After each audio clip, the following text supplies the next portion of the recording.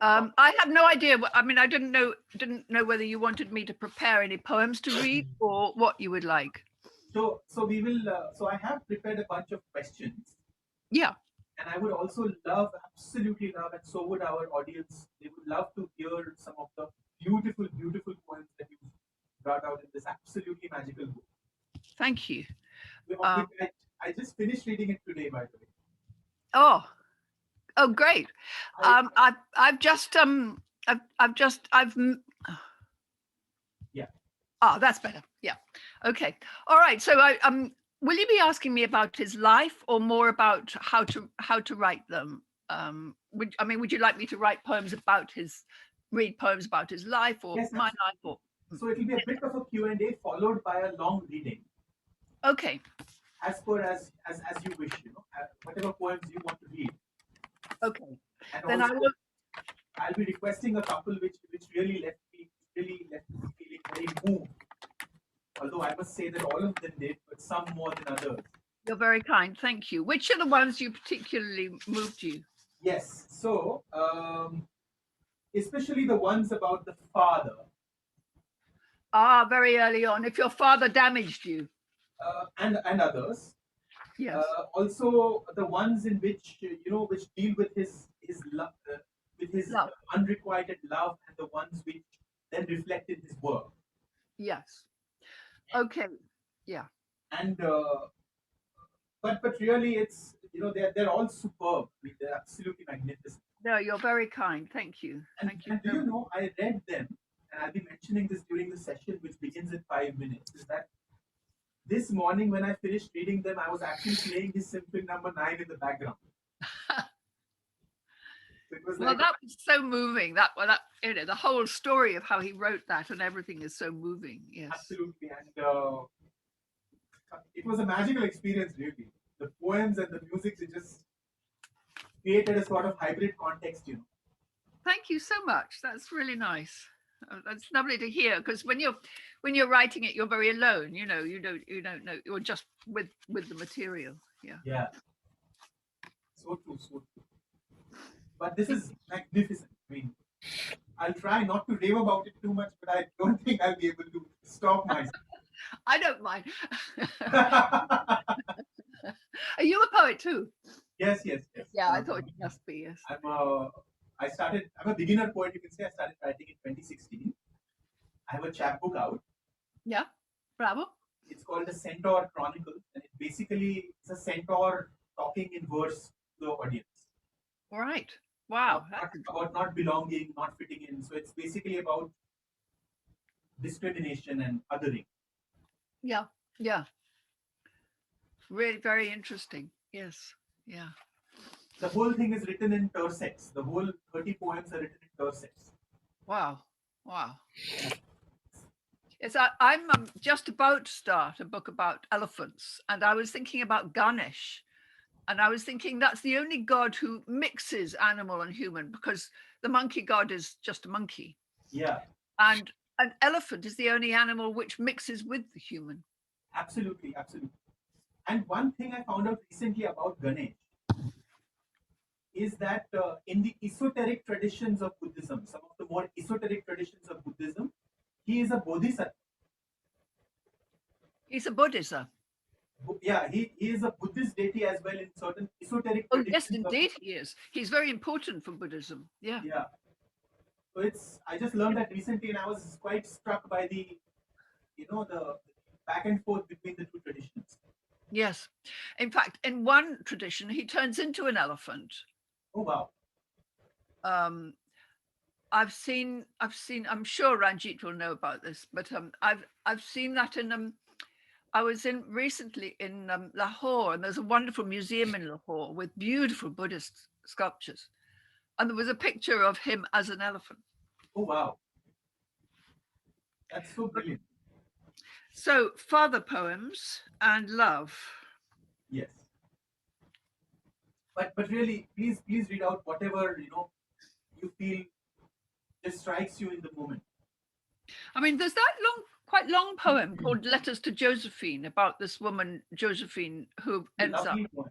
It's such a lovely poem. Oh, I've never read that one. I'll see if it comes. I'll see what comes. I'm just putting little markers in here to think what what would be good.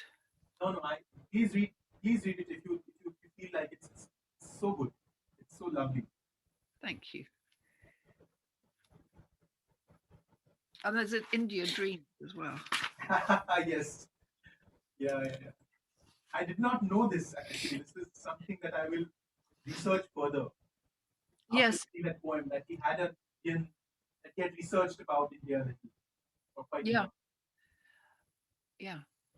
I mean, I found it in his journal. He kept a journal for about 4 years. Wow. Did you find the little biography at the end useful? Yes, I did. I did a lot. Good. But I didn't finish reading all of it. No. Because the focus of the session will be more on your work as a writer. Yeah. And about if at all we cover the life of Beethoven, it will be as a prompt for what followed, the poems that followed. Okay. So it will be more about, the focus is more on you and the poems. Okay. You know. So I could read the poem about kissing the manuscript. Absolutely. It's such a wonderful poem.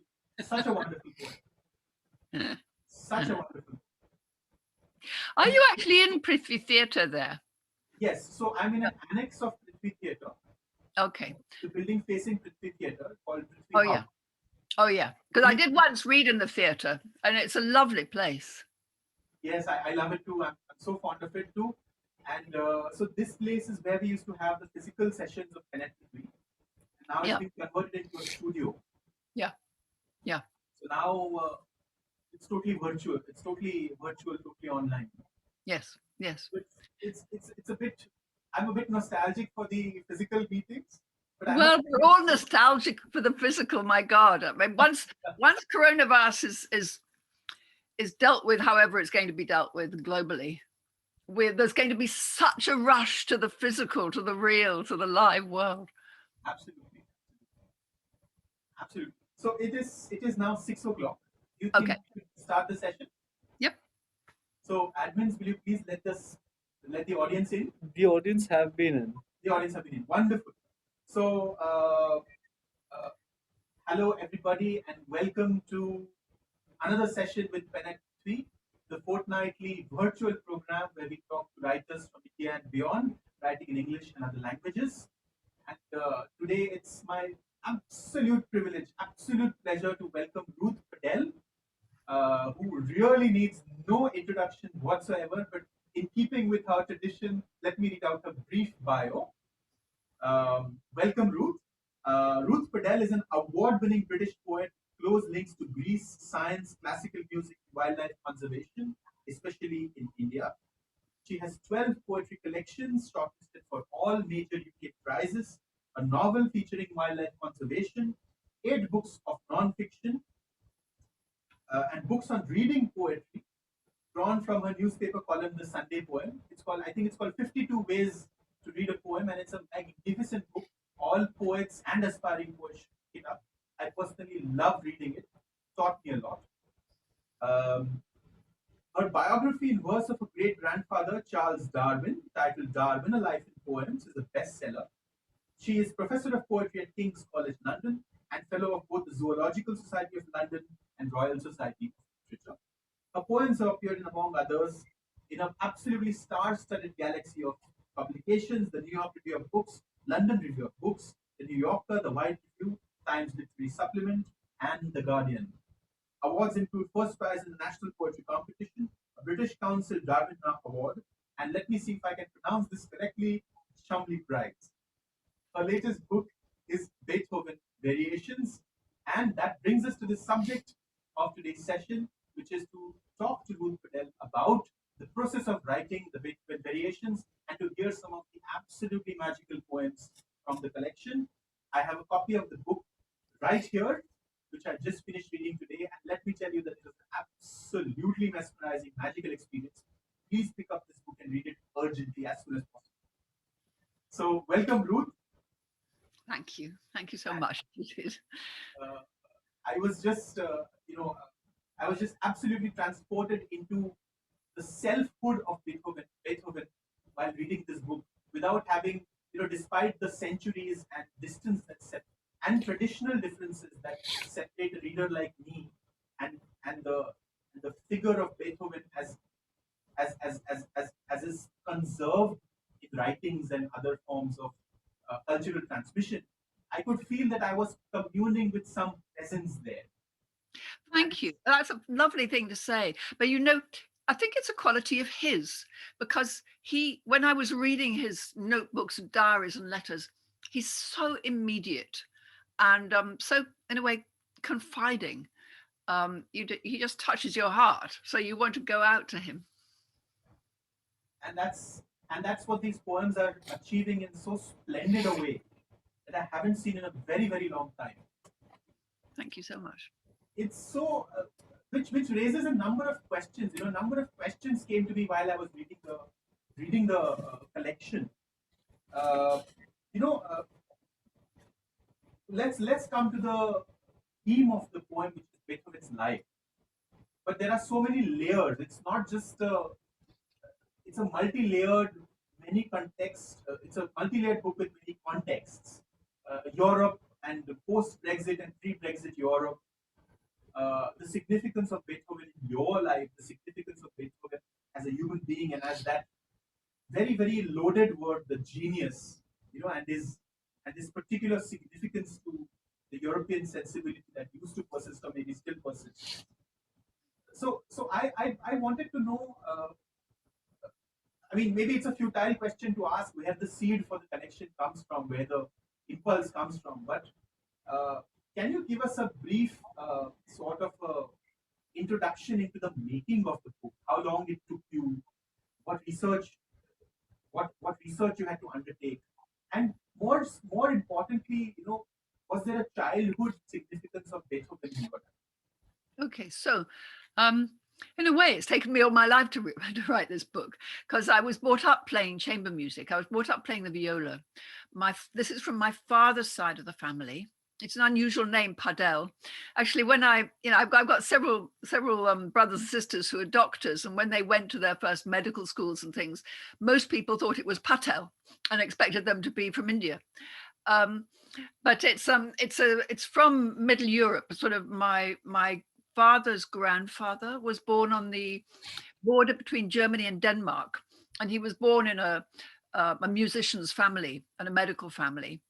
And he studied in Leipzig, actually with a student, a follower of Beethoven, Ignaz Moscheles. And then he came to England. He was an immigrant to England, and taught music there, and was a concert pianist and so on. And all of the family was always brought up playing chamber music. So we were too. And I played viola. And I didn't know it, but I was playing in a way, in a tradition that Beethoven too had been brought up, a German musician's family. And I was playing his instrument, the viola, and parts that he would have played in Haydn and Mozart and things. It was extraordinary. So in a way, it's from my family background. But I really only started writing the poems about 5 years ago. I was commissioned to write poems between an early quartet, which Beethoven wrote when he was about 30, just beginning to go deaf and trying to deny it, and one of the late quartets, which are always held up as the great musical, fantastic, the Matterhorn, the Himalayas of classical Western music. And with a wonderful quartet called the Endelian Quartet, who've actually played together now for 40 years. 40 years of playing together is extraordinary. I then went on to work with them quite a bit over 5 years, and they warm up on their instruments while I warm up my voice, and then they sit down and play bridge, the four of them. And that's what they do in the interval. So they're all together, they're all thinking together, but they're not playing music.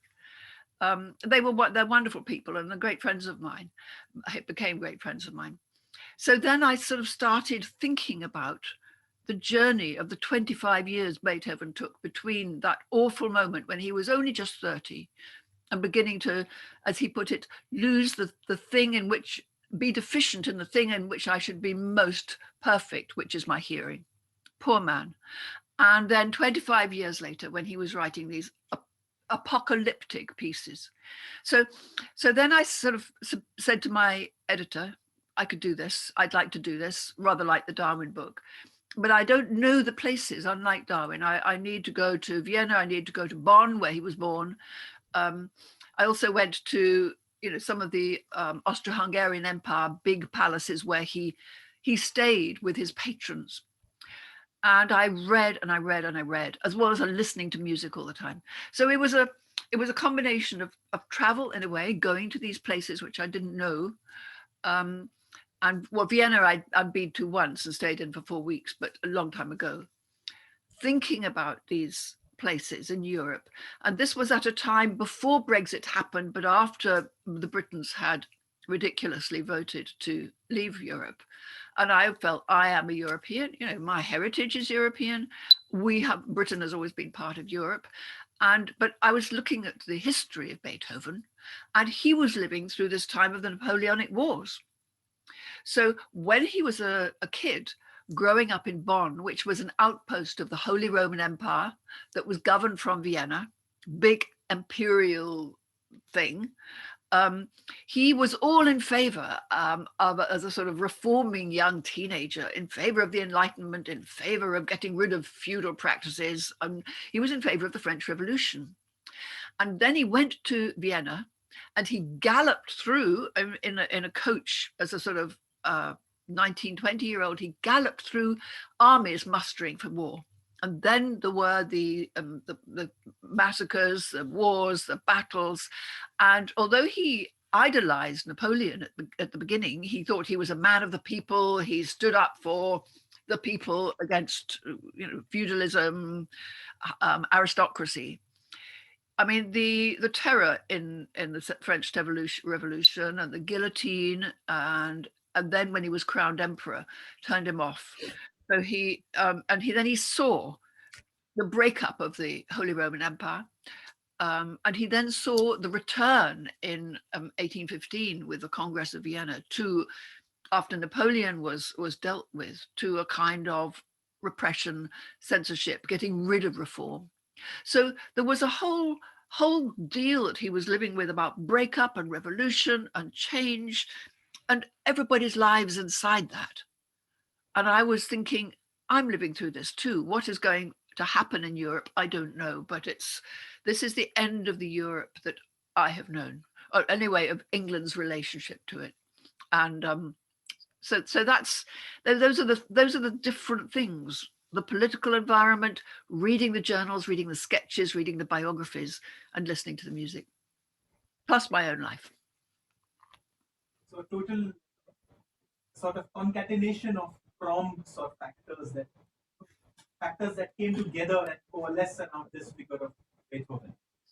And of course, so you visited all these places, and you must have read his journals, and some of the poems also say that you read his manuscripts. Yes, indeed. Manuscripts are very important. The only time I actually saw an autograph manuscript, one which his hand would have rested on, was in Krakow in Poland. I'd been asked to give a lecture at the Miłosz Festival, the famous Lithuanian Polish poet, Czesław Miłosz. And I said, yes, I'd love to come and I'll do a reading, but could somebody take me to the archive, the musical archive, where I knew some of Beethoven's late quartet manuscripts were. And the whole story of how that archive came to be there is part of European history, because it was in Berlin, because of course he was German. Berlin, famous musical archive. But during the war, Hitler moved all the manuscripts out to Krakow. I mean, now he'd conquered Poland, and he decided to keep Krakow as which is a beautiful little old ancient city, as his kind of museum piece. It was going to be his. He was going to have an empire, and he didn't bomb Krakow, unlike other places. And so the music archive was moved there. So after the end of the war, the Berlin said, "Can we have our music archive back, please?" And the Poles who'd been much plundered, artworks, terrible. It's never been replaced. Things never been replaced. And Poland said, well, yes, you can have your archive back when we have back all the things that have been plundered. And so it is still there. And I went there, and there were translations, and I went in, and I'd requested various things to see, including the manuscript of Opus 131, which is the famous C-sharp minor late quartet, which Beethoven sometimes said was his favorite, which Schubert asked to hear before he died, which is a most amazing piece. And it was like a sort of schoolroom, and there were these yellow wooden desks like a school, and the librarian sat over there, and I was alone with this thing which Beethoven would have been written. And when she wasn't looking, I kissed the corner of the page. And it was sort of, I was embarrassed at that, but it was just so moving to see in his hand, espressivo, just wonderful. Absolutely. I mean, I can feel the absolute awe-inspiring nature of that moment, even though I wasn't there. Yes. You describe it so well in that poem, and I do hope you'll be reading out that poem in this session. But I had a question about all these things. These are facts. They are biographical facts. Is it, in your experience, constraining or freeing? Because a constraint can also be a great spur to the poetic art. Is it constraining or freeing to base poems on the immutable facts of a life? I don't think so, because I think a lot of poetry comes from facts. Poetry lives in the concrete particulars, and that's what we get the universal from. When I'm teaching, I say, give us the precise particulars. And there you will get all the abstracts that follow from it, beauty and all the rest. I mean, it's a great sort of temptation for beginning poets to go for the big things, but actually you get at the big things through the little things. I mean, look at, in the Mahabharata, I mean, a lot of the wonderful things are the particulars, the bow and the arrow, or where you step, where Sita steps beyond the margin or whatever it is. And in Homer's Iliad, you get all the whole poem, the epic flows from a little argument between two men over a woman. Yeah. So it's the little things that from the big things come. And also I was thinking about my own journey into the music, into the life, really. I mean, and also where they intersect. So one place I went to was a great palace in the country in Silesia, which belonged to one of Beethoven's biggest early patrons, Prince Lichnowsky. He was a big, arrogant man. I mean, he was very fond of music and very proud of Beethoven. And he invited Beethoven to stay with him one summer. And this was during the second occupation of Vienna by Napoleon, and Napoleon's officers and armies were all around the place. And Lichnowsky one evening made the mistake of inviting the officers to dinner with Beethoven. And they said, well, I've got the wonderful Beethoven here and he'll play for you. And they were not very polite to Beethoven. They sort of, they treated him as a kind of servant. And Beethoven said, absolutely refused to play for the enemy. And there was a huge row.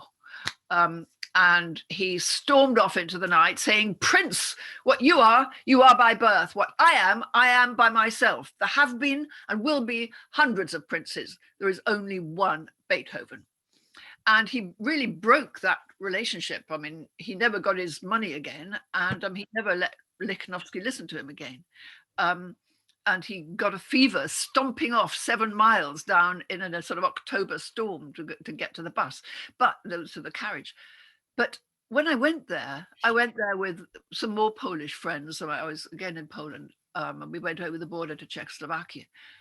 And I was just so interested going to the actual place, beautiful woods around. It was in a mountainous area.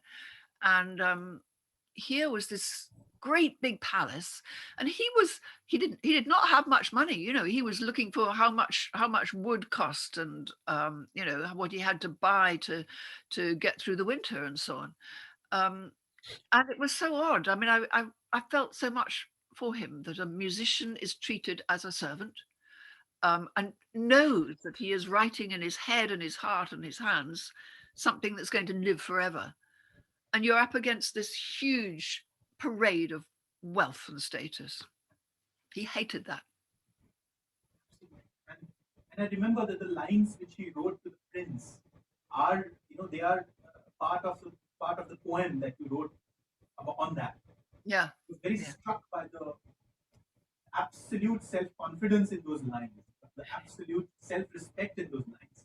Well, you mentioned the word genius, and he knew he was a genius. He knew he had that in him. And, you know, even as a sort of poor little boy, he knew. And it's a strange thing to live with that knowledge, I think. So true. And part of your poems also point to the utter deafening solitude that he was in. This feeling that he could not communicate in the minutiae of the everyday. Somehow... That's right. I mean, it's quite interesting, and you know, some of the sort of insights I got. I mean, when he was little, 7, 8, there are memoirs of him going into some sort of trance and not noticing other people. And somebody saying, you know, why don't you talk to me? Why don't you answer me? Oh, sorry, I was having such beautiful thoughts, he said. And his first patron, who was a woman, and a very cultured woman, a motherly woman in Bonn, who sort of took him up and gave him a bit of polish and introduced him to people who knew poetry and things. She said, she teased him about it. And some people think that because he had that faculty as a child, it was more easy for him when he actually went deaf and got cut off from people, that he could live in his head. Some sort of neural pathway meant that he could hear beautiful ideas and music in his head already. Magnificent. And coming to music, and especially Western classical music, I've been meaning to ask you this. You know, the name Beethoven Variations itself is a very music-orientated name, and also the form. You know, I wanted to ask you about the form that some of the poems are in, where there are the formatting, and there are certain lines that repeat as in a refrain. So how did the conventions or motifs of Western did the conventions and motifs of Western classical music seep into the forms of the poem? Well, that's a really interesting question. Okay. One layer of the answer is he became known, he became a star virtuoso on the keyboard, which is the early piano, or the sort of the pre-piano. And then he was very important for the development of Western piano. And he was amazing at variations and improvising. So he could improvise. And I was thinking about that so hard. And there have been studies of Western jazz musicians, you know, putting electrodes on their head and seeing what sort of brain impulses happen when they're doing when they're doing improvising. And variations comes from improvising in a way. You get a theme, and then you improvise upon it. So I was brought up in a classical music tradition with my brothers and sisters, playing music that is in front of you. I wish that I'd been brought up in a jazz improvising, but I wasn't. But one of my brothers, who's lived in India all his life and is married to somebody from Orissa, he is a great master of Drupad now. He studied in Benares for a long time. And of course, and he teaches me a little bit of raga now on Zoom. And of course, there's a great sophisticated improvisation tradition in all the different sorts of Indian music. And I was thinking about that too. And I was thinking, what is variation? Variation is taking something and then going off into another area and then coming back again. So I called it Beethoven Variations because the improvising was really one of his most important things from very early. And yet his father, who was a musician, but not a very good one, but good enough, a professional musician, to know that he had a little genius on his hands when the Beethoven was 3 and 4. His father told him not to improvise on his violin or he would box his ears. Now, his ears are the things, of course, that went deaf, and improvising was the great thing he was known for. So I was very struck in a way by his great rebellion against his father was the thing that brought him fame, and the threat of his father was the thing that brought him such isolation. I mean, it's very complicated. And do your poems also play on that in terms of form? I suppose they do. Western Anglophone poetry has freed up and changed a lot in the last 10 years. And there's a lot more sort of spacing, which actually happened in 1960s poetry as well, and the Black Mountain poetry of Charles Olson and so on. There's spacing, there's flow, there's intrusion of poetry and prose and so on. And so I was playing with a lot of that, but I also wanted the song-like, stanza-like things. So there's a mix of free flow and more controlled form, and always the patterning, because improvising is part of has patterning in it as well. I mean, actually, I remember when I first came to India was for my brother's wedding in Orissa. We landed in Bhubaneswar and then drove 16 hours over the mountains. And but my brother took us around the temples in Bhubaneswar, and I'd never really seen such architecture before. And I thought about improvisation and the way that the forms flow out towards the edges of the architecture. It's very interesting for poetry. Yes, indeed. Yes, indeed. Completely so. And speaking of poetry, if you would like to read, if we can begin the reading now, Okay. Would you start reading with the Okay, love to.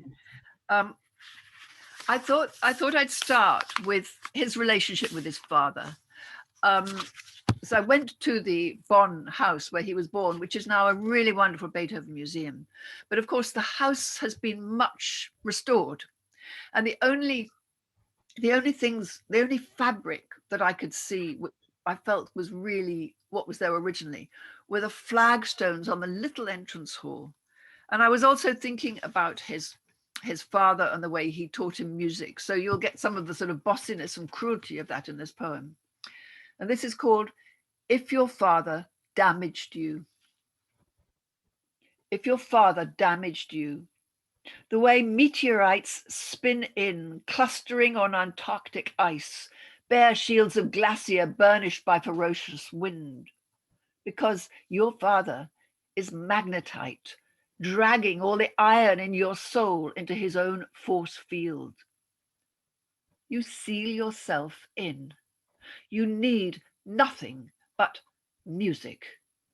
Your answer to obstruction will be fire.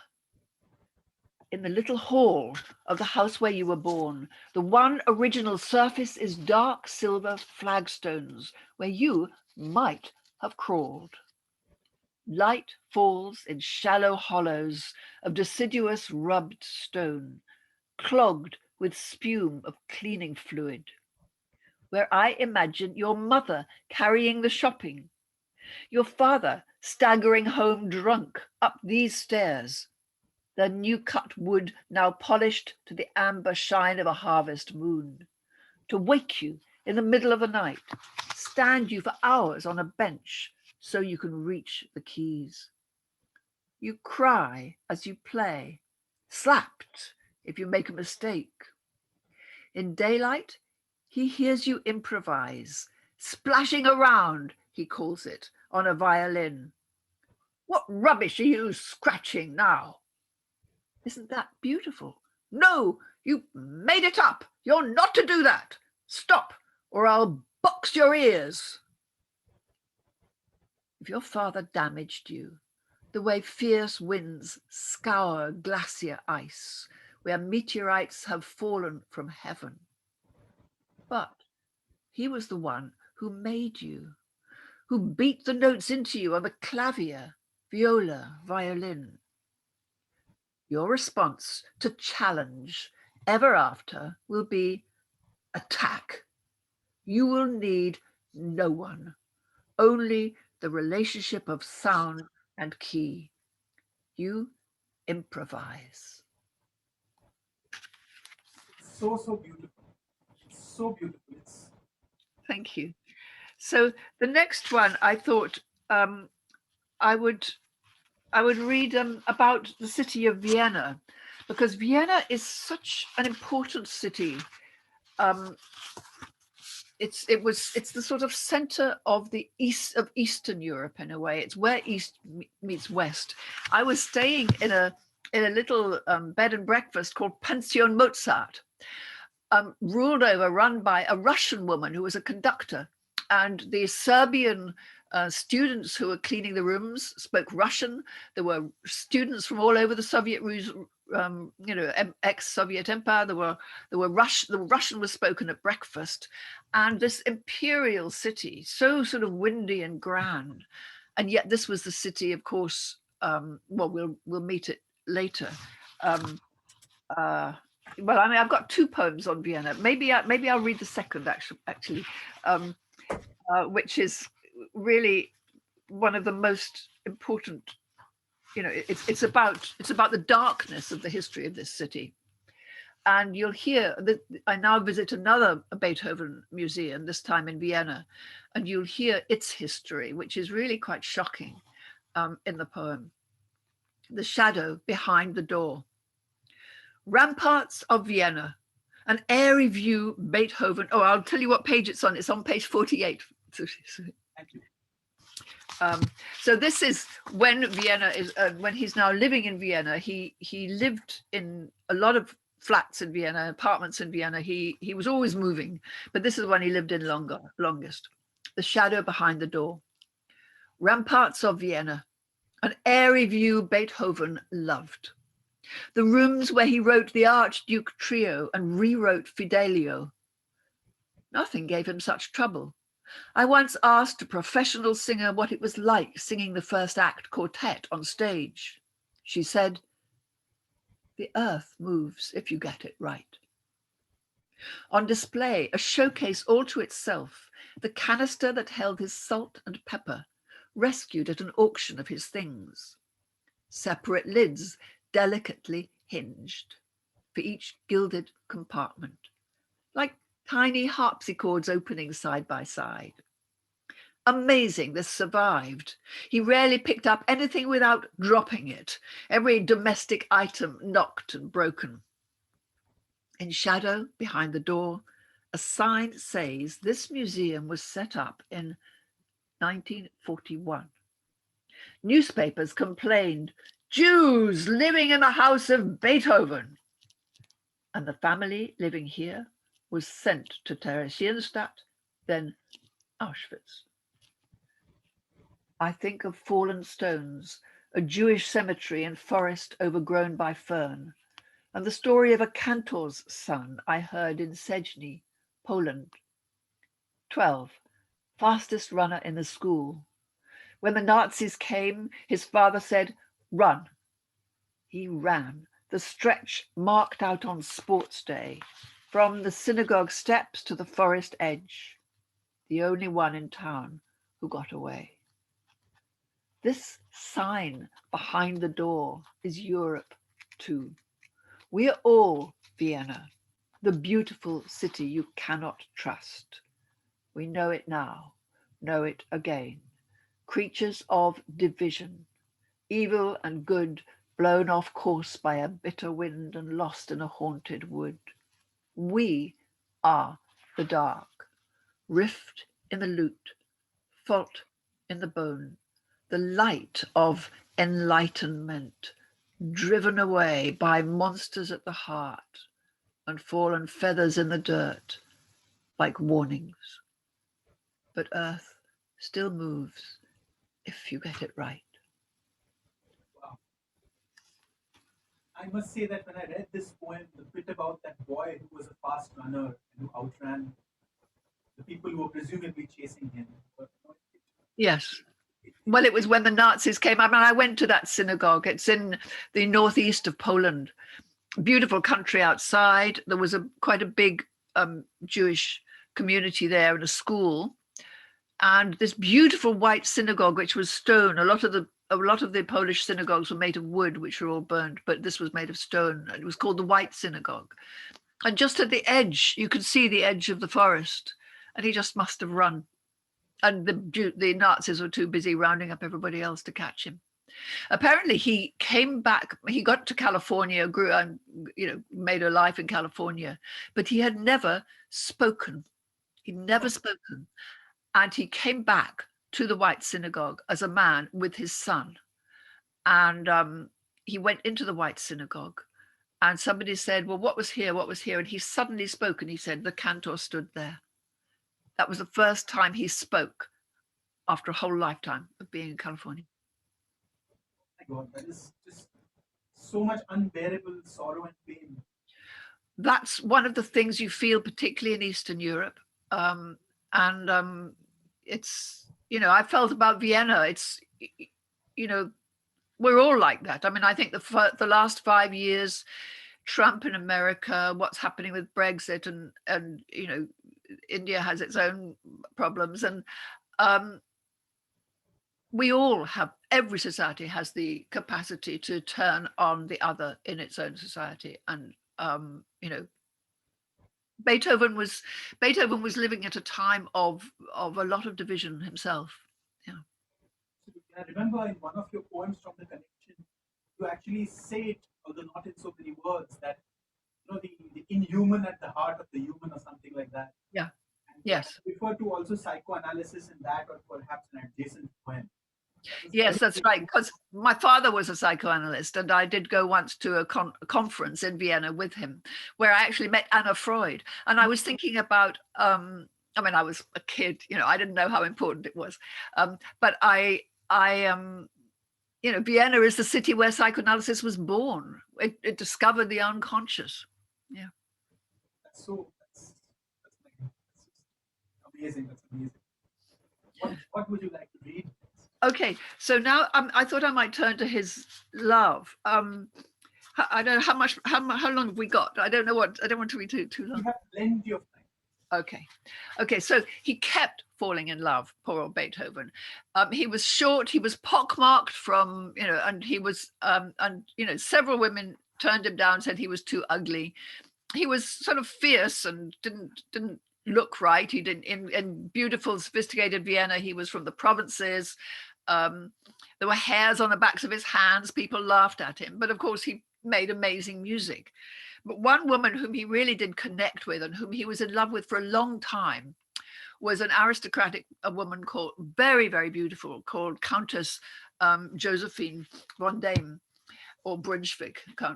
And some people think that she was the immortal beloved. I think I lean to another person being that. We'll come to her later. But Josephine, he was in love with for a long time, and she clearly loved talking to him. But her aristocratic family, she had 2 children by somebody else. At that moment, she wasn't married, but she later on did get married again.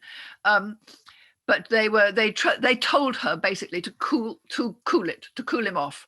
If she'd married him, who was a commoner, she would have lost control of her aristocratic children. She was not free.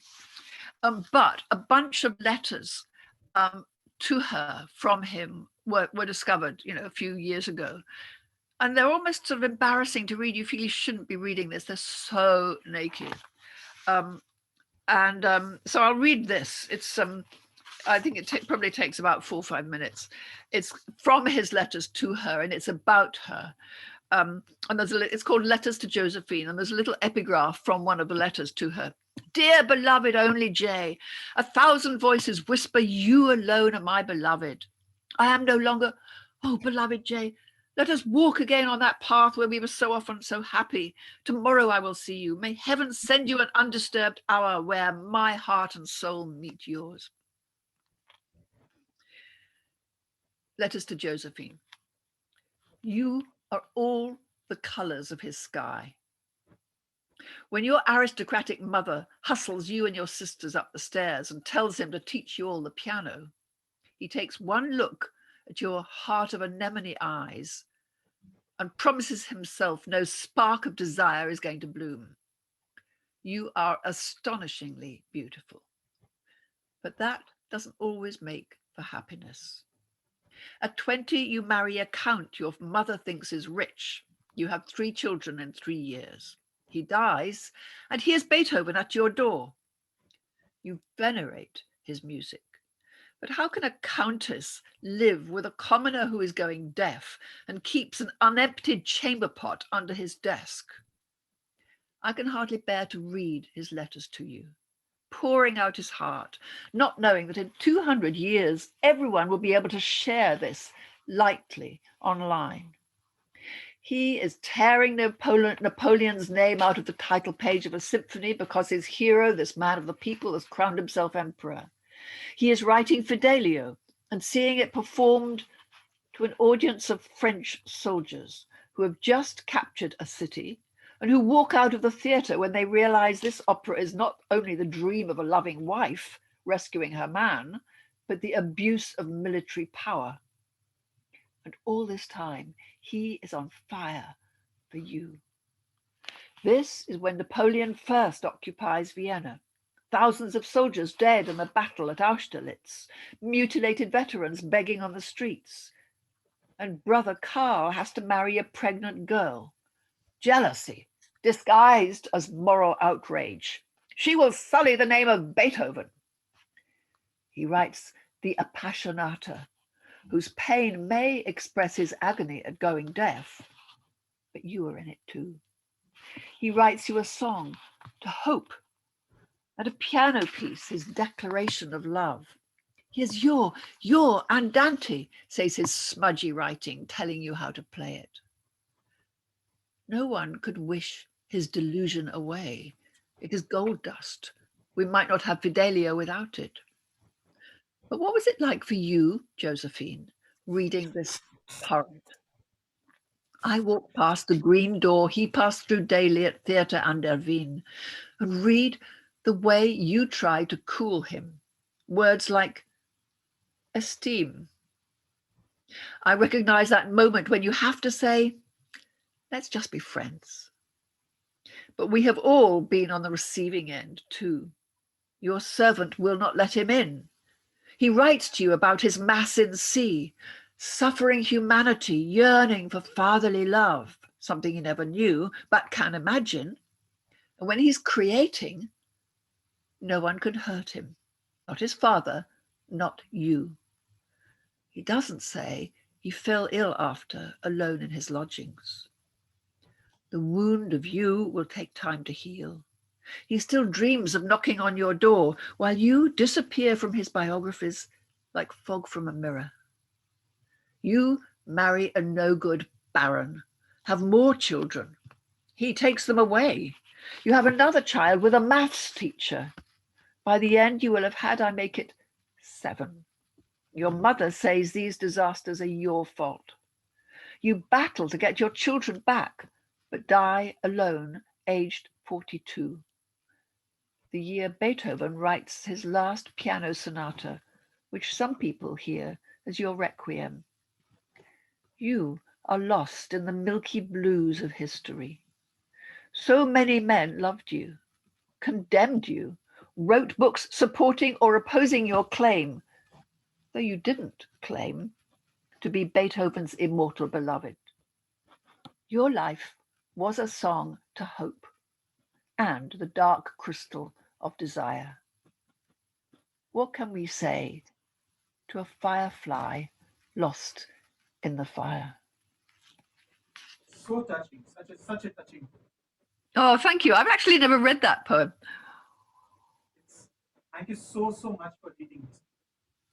Thank you. Well, then there was then he fell in love for the last time. There were various disasters, including an 18-year-old girl by the time he was now 40, called Therese, which for whom he wrote Für Elise, that famous thing, which just a little bagatelle, and her father took her away, whisked her away from this madman. But he then seemed to once have had his love really reciprocated. and maybe spent a night with her. And this is the immortal beloved. And I don't think it was Josephine, though a lot of people do. I think it was somebody called Antoine Brentano, who was married to a friend of Beethoven's. And so they couldn't, it was an impossible love. But he wrote her a famous letter, the letter where he calls her the immortal beloved. That's where the phrase comes from. And I thought I'd just read a poem about this letter. And he signs it off, forever yours, forever mine, forever us. Sometimes giving up what you love leads on to everything you wanted in your life. But that doesn't mean it was not loss. What remains is an echo, an afterglow from a night with a woman he loves, maybe the only night he ever spent with anyone. A letter from a man who broke down on a midnight dash through a forest. He was warned. He ignored the warning. He always does. A letter he maybe never sent and nobody saw until he died and it was found in a secret drawer. A promise of eternal togetherness. A wishbone about to break. A letter of goodbye from a man aching to be touched, walking away from what means most to him, except his art, who wrote long after to his publisher, farewell is said only from the heart and when you are alone. So after that, he really had 4 barren years of not really writing. He did write one more violin sonata, and he, re-edited Fidelio, which became a success. And he did have a lot of success, but he wasn't really writing any major pieces. And then, about 4 years after that, in 1816, he wrote a song cycle suddenly out of the blue, and it was to a series of songs written by a young medical student, and it was called to the Distant Beloved. It was the first song cycle in Western music. So, Schubert, Bob Dylan, everybody comes from this. It's called To the Distant Beloved. And I think it's very telling because he really, that idea of farewell is only said when you're alone. He lived so alone and he idealized so much. So he could finally, he'd been through 4 years of not seeing her, and he could finally write. So I imagine this, this wonderful song cycle is really comes from, I imagine creativity was all the time flowing underneath like a river underneath the ice. And indeed, this coincided with the end, creatively, with the end of his great heroic period. The music of Beethoven is in 3 parts. First, the early parts, when he's classical, he's following in the steps of Haydn and Mozart. Then the heroic period, he says, I'm trying a new path. That's beginnings with the Aroca Symphony and then going all the way through, 10 years of just amazing pieces, big symphonies. And then he stopped. And it is in this period of fallow, river under the ice kind of thing, when he's mourning his last love, that's the crucible for his new astonishing late period. So this is called To the Distant Beloved. And this is also a poem which you are seemingly speaking to Beethoven. That's right. Yes. Perhaps we should talk about that. I mean, it's like the last one to Josephine, I was addressing Josephine. Sometimes I'm in my own voice. Sometimes I'm talking to him. To the Distant Beloved. Now she is far enough away. Your heart can say what it wants. Just as the winding stream, meltwater, starless rivers, carried on flowing all winter, under whistling silks of snow, when everything was a frozen dream. Though, when random flurries stirred, you could imagine soft little paw prints, a feather imping the surface, white on white, through processions of black trees. But the ice is relaxing now. Plates of it jostle near the banks, riding the flow of water dark and alive. And now she is far enough away, your heart can break through, say what it wants. The world is fluid, not fixed. It is as if she has died, carried on flowing all winter. And you can turn her into harmony, no matter if this is the flood of remembered love or the fire of making new. Absolutely. Now I see the river under the ice. Which is creativity, because in a way, all these poems are about creativity, how out of terrible suffering, great isolation, unrequited love, going deaf, horrible beginning with his losing his mother 16 and his father always bullying him and ending up drunk. When he was a teenager, he had to pull him, after his mother died, he had to pull him out of police stations in the middle of the night. And, had terrible rows with people, but and was often very ill and died age 56 in pain. But out of all that, making this music, it's a sort of absolute test case of creativity out of suffering. I mean, he was the first of the romantics, which is what creativity out of suffering is sort of all about in a way. But I wanted also to talk about, in a way, I could talk about that. I mean, the Eroica, this great symphony that began his sort of great heroic period, I think of as, in a way, the Prometheus Symphony. He was going deaf. He'd spent 6 months out of Vienna in a country village, hoping to rest his ears and recover from deafness. But then he realized he was never going to. There was a terrible moment. A friend came to see him and they went for a walk. And the friend heard a shepherd playing on a little flute, a little wooden flute, and said, "Oh, listen, isn't that lovely?" And Beethoven couldn't hear it. And the friend backed up. "Oh, no, stop now. I can't hear it now. I can't hear it at all." But Beethoven knew he was lying. And they both wrote about that, actually. He realized it wasn't going to, and he thought of killing himself. But then he decided not to, that he would live for his art. But the Eroica Symphony was stirring in him even then. But he'd also just written a series of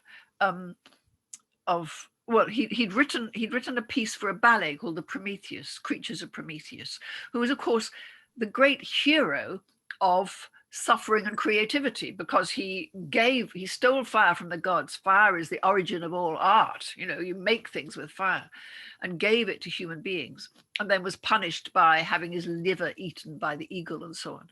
So, and then while he was at this country retreat, he wrote a series of variations on the theme from that ballet, which are now called the Aroca Variations, and went into the Aroca Symphony, but they could just as well be called the Prometheus Variations.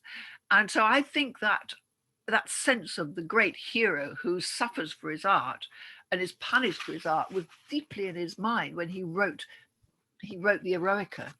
And this picture is called, this poem is called Human Fire. And it's a picture of him walking in these lovely green hills around this little village. It's page 35. And he wrote to somebody, a friend of his, music should strike fire in the heart of man. So, under the ice, as it were, in that later period was the live flow of water. And fire is what he thinks that inspiration is. So this is him at 30, knowing he's going deaf, worrying what's going to happen to him, thinking, should he kill himself? But at the same time, beginning to compose the Eroica Symphony, which made his name. Human Fire. You spend mornings composing, tossing away old drafts and crumpled balls, then plunge into veins of forest. The notebook swings in your pocket.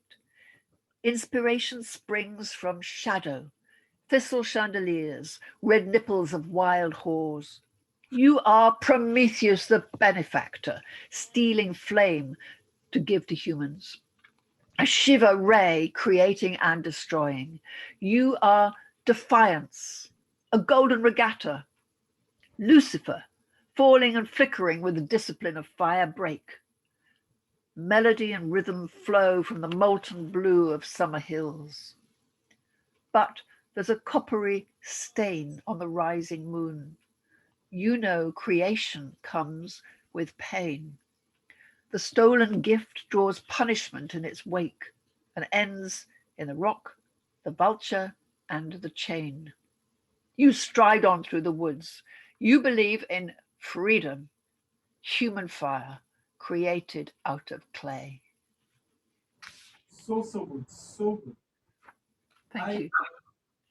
I remember reading this poem and immediately, my eyes popped open at these lines, inspiration springs from shadow, thistle chandeliers, red nipples of wild horse. And then you take us to Prometheus, the image of Prometheus. I was just left awestruck by this poem. Oh, thank you so much. Thank you. We have a question now from Vinita. Oh, yeah? Agarwal.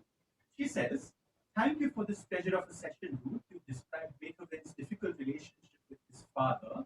Were you able to discover what his relationship with his mother was like? Did his mother have a significant influence on his life? Yes, that's very interesting. Now, his mother she was married to a drunk with 3 boys and very little money. So she had a really tough life herself. And she said once, marriage, what is it but a little pleasure and then a disaster, or then something, and then misery, not disaster. And she died when he was 16. But there is a very tender moment when he was sent on a little music tour when he was 11 to play down the road, down the river, down the Rhine. And she went with him because his father had to play in the orchestra, and she warmed his feet on the boat, and that's very nice. I wrote a poem about it.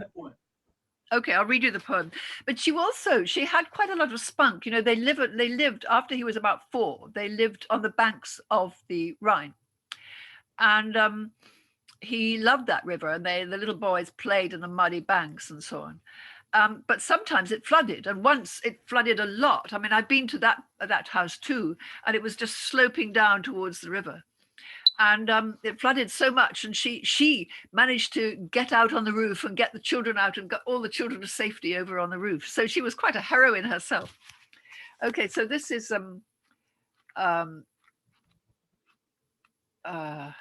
yes, his mother warms his feet on a boat. He goes to school dirty. They say his mother must be dead. They call him Spaniard because he is dark. They tease him about his name. He leaves school to play the viola in the briery tangle of an orchestra. He wears a sea green coat and wig, a little sword. At home he writes concertos, pitching the wonders of modulation against his father's blows. Gliding north with her down the Rhine on a winter concert tour, their one journey together, she keeps him warm, holding his feet in her lap. But then she died, as I said, when he was 16. And that was he was dying to go to Vienna, which was the center of musical life. And his great hero was Mozart. And somebody sort of got him some money and he went to Vienna. But then he was called back because his mother was dying. So he probably did meet Mozart, we don't know, but this is about meeting Mozart. But then I'll just read the end because his mother died of a sort of pneumonia, and he was devastated. Meeting Mozart.